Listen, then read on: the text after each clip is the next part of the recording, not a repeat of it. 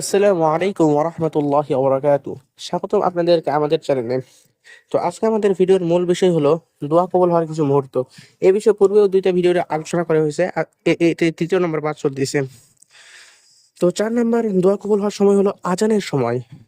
সাহাল ইবনে সাদ রাদিয়াল্লাহু তাআলা আনহু বলেন, নবী করিম সাল্লাল্লাহু আলাইহি ওয়াসাল্লাম বলেছেন, সিনতানে লা তুরাদ্দানি আও أو قلما تردان الدعاء حين النداء وعند الباس حين يلحم بعضهم بعضا।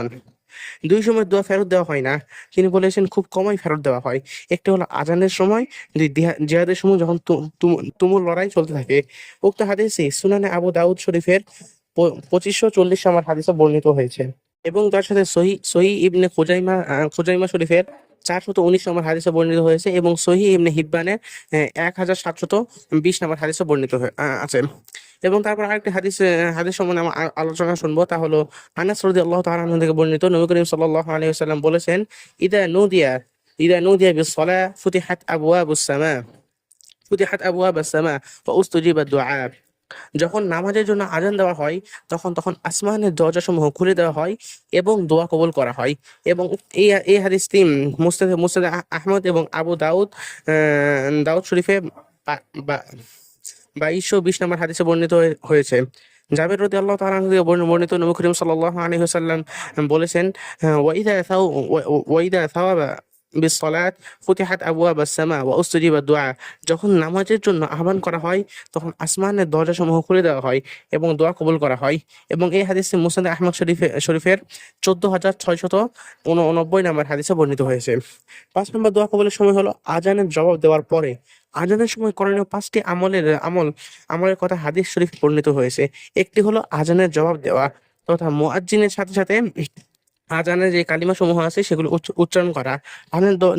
আজানের জবাব দেওয়ার একটি ফজিলত হলো তারপরে দোয়া কবুল করা হয়, তাহলে তা কবুল হয়। আব্দুল্লাহ ইবনে ওমর রাদিয়াল্লাহু তাআলা আনহু বলেন, আন্না রাজুলান ক্বালা ইয়া রাসূলুল্লাহ ইন্নাল মুআজ্জিনিনা ইয়াফদুলুনানা। فقال رسول الله صلى الله عليه وسلم قل كما يقولون فإذا انتهيت فسل تعطى। এক সাহাবী জিজ্ঞাসা করলেন, ইয়া রাসূলুল্লাহ, মুয়াজ্জিনগণ আজান দিয়ে আমাদের উপর শ্রেষ্ঠত্ব অর্জন করে নিচ্ছেন, আমাদেরও এমন কোন আমল বলে দিন। তখন রাসূলুল্লাহ সাল্লাল্লাহু আলাইহি ওয়াসাল্লাম বললেন, মুয়াজ্জিনেরা যা বলে তোমরাও তা বলো, এরপর দোয়া করো, তোমার দোয়া কবুল করা হবে। এবং এই হাদিসটি সুনানে আবু দাউদ শরীফের 524 নম্বর হাদিসে বর্ণিত হয়েছে। এবং আজানের জবাব দিয়ে নিয়ম হলো, মুয়াজ্জিন যেসব কালিমাগুলো বলে ওই কালিমাগুলোই বলা, শুধুমাত্র হাইয়া আলাস সালাহ এবং হাইয়া আলাল ফালাহ এই দুই কালিমা যখন উচ্চারণ করবে দুইবার করে তখন শুধুমাত্র আমাদেরকে বলতে হবে লা হাওলা ওয়ালা কুওয়াতা ইল্লা বিল্লাহ।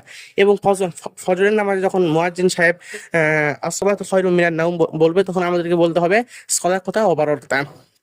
এবং একামতের আজানের জবাবের মতোই শুধুমাত্র কদ কমাতিস সালাহ বলার সময় আমাদেরকে বলতে হবে আকামাল্লাহু আদামাহা। তো 6 নম্বর দোয়া কবুলের সময় হলো আজান ও ইকামতের মধ্যবর্তী সময়।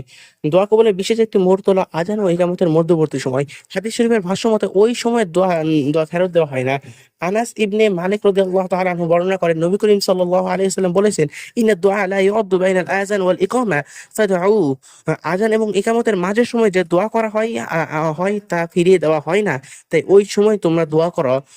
মুসান্নিফ ইবনে সাইবা উক্ত হাদিসে বর্ণিত হয়েছে মুসান্নিফ ইবনে আবি সাইবার হাদিস নম্বর 8552 নম্বর হাদিসে, এবং মুসনাদ আহমদ শরীফের 12548 নম্বর হাদিসে, এবং সহি ইবনে খুজাইমা 425 নম্বর হাদিসে, এবং সহি ইবনে হিব্বানের 1696 নম্বর হাদিসে।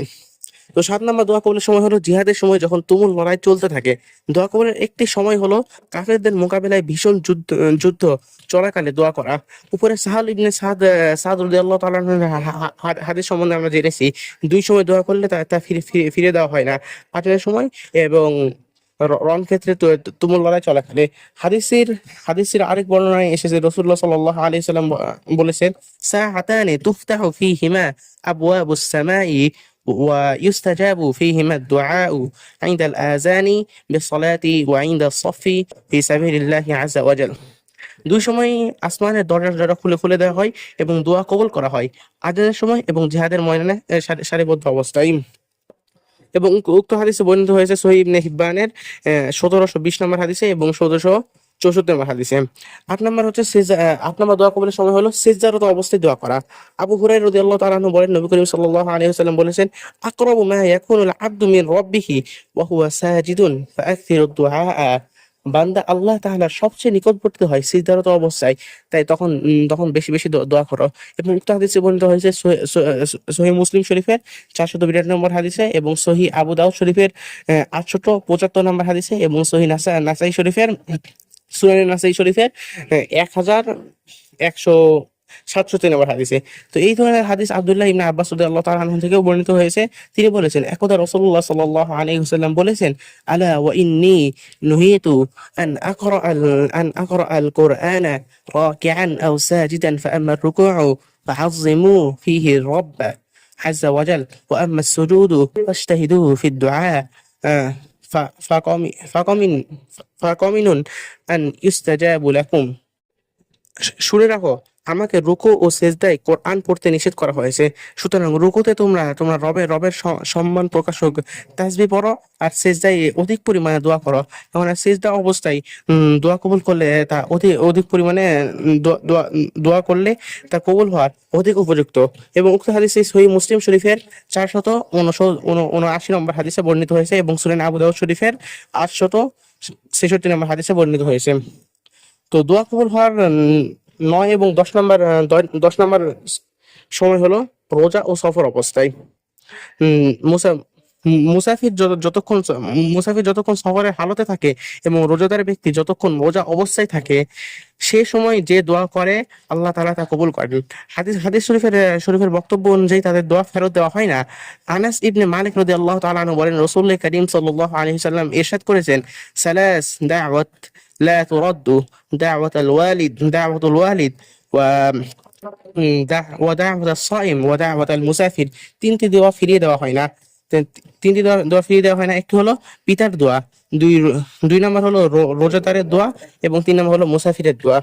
এবং উক্ত হাদিসে বর্ণিত হয়েছে সুনানে কুবরা বাইহাকির 3 নম্বর খণ্ডের 345 নম্বর হাদিসে এবং আল হাদিসুল আল আহাদিসুল মুখতার কিতাবের 2057 নম্বর হাদিসে। তো এই ছিল আজকের আলোচনা। ভিডিওটি ভালো লাগলে লাইক কমেন্ট শেয়ার করতে ভুলবেন না এবং আপনার বন্ধুদেরকে ভিডিওটি শেয়ার করুন এবং তাদেরকে এই সময় সম্বন্ধে জানার সুযোগ করিয়ে দেন। তো আজকে এই পর্যন্ত, দেখা হচ্ছে ইনশাআল্লাহ সামনের ভিডিওতে। ভালো থাকবেন, সুস্থ থাকবেন। আসসালামু আলাইকুম ওয়া রাহমাতুল্লাহি ওয়া বারাকাতুহু।